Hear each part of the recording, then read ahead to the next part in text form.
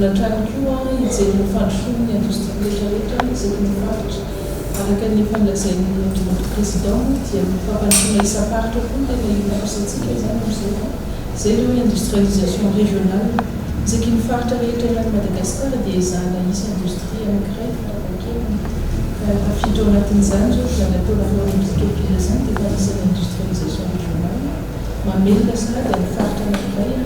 sy manampy ny sehatra maro samihafa manodidina azy na mpamboly na ny tantsara na ny mpizara na ny mpitatitra maro samihafa zany voakasika ao anatin'izay